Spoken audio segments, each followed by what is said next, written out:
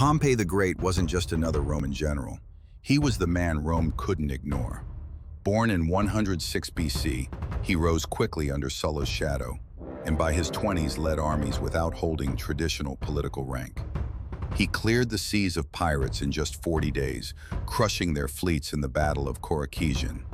He built the theater of Pompeii and private gardens around it, one lined with the upward prows of pirate ships he defeated. Yet when war with Caesar came, Pompey chose strategy over bravery. At Pharsalus, he delayed battle, hoping Caesar's forces would collapse. But the gamble failed. Fleeing to Egypt, he entered under diplomatic pretense and was murdered on Egyptian soil, his head offered to Caesar as a gift. He had the empire at his command, but in the end was betrayed by geography and politics. By 67 BC, the Mediterranean was ruled not by Rome, but by pirates. They burned Roman ports, hijacked grain ships, and even kidnapped senators for ransom. Starvation spread through the capital. Then came Pompey. The Senate gave him command of 270 ships and 120,000 men. Absolute power over the sea for just 90 days. He divided the Mediterranean into zones, clearing one after another with ruthless speed. In 40 days, piracy that plagued Rome for generations was gone. But here's what history forgets. Pompey didn't slaughter them all.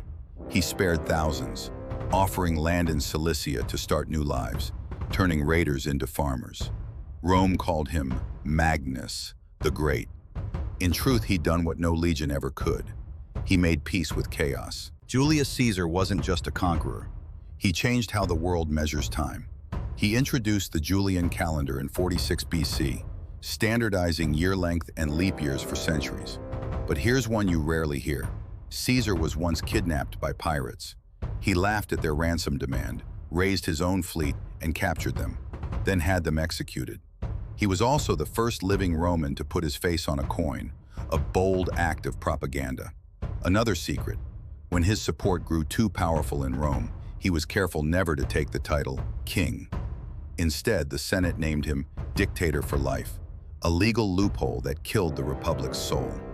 On the Ides of March, over 60 senators stabbed him 23 times, but the wound that killed him came from the dagger to his aorta. He rewrote time, reshaped Rome, and died by betrayal. On August 9th BC 48, the plains of Thessaly held more than 2 armies. They held Rome's future.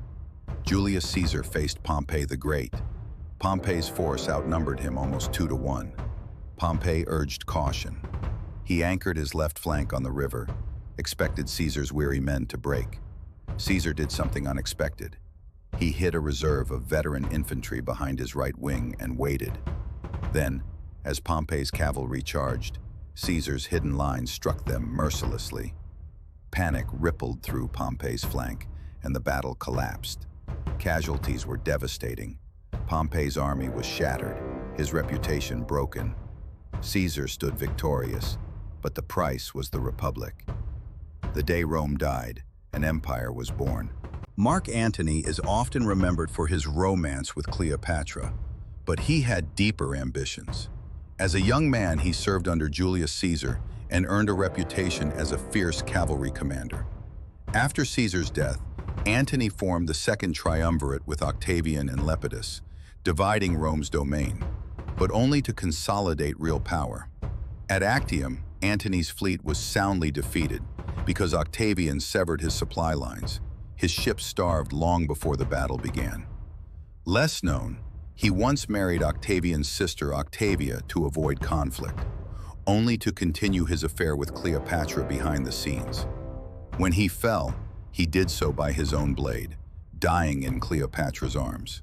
His downfall: love, politics, and a broken trust.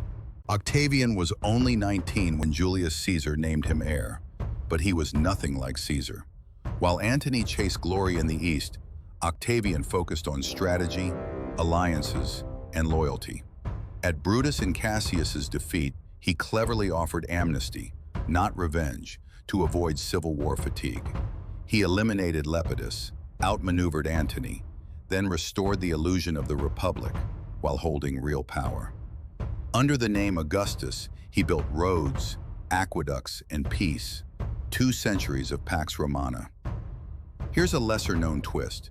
He exiled his own daughter and granddaughter to preserve his moral image, shaping public perception more than brute force. Octavian did not just win battles. He won minds and shaped a legacy that changed Rome forever. History remembers Caesar, Antony, and Octavian, but not Lepidus, the man who stood beside them. Once Caesar's master of horse, Lepidus commanded armies, controlled Spain and Africa, and helped form the Second Triumvirate, the alliance that avenged Caesar's death. He was the quiet organizer, the diplomat who held Rome together while the others fought for glory. But ambition has no allies. After Octavian defeated Antony, Lepidus was accused of plotting rebellion. His soldiers were bribed, his titles stripped, and his power erased without a single battle.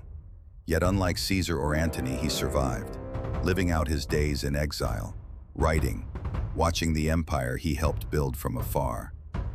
The man who once ruled a third of Rome was buried not by war, but by politics. Follow for more stories of those history tried to forget.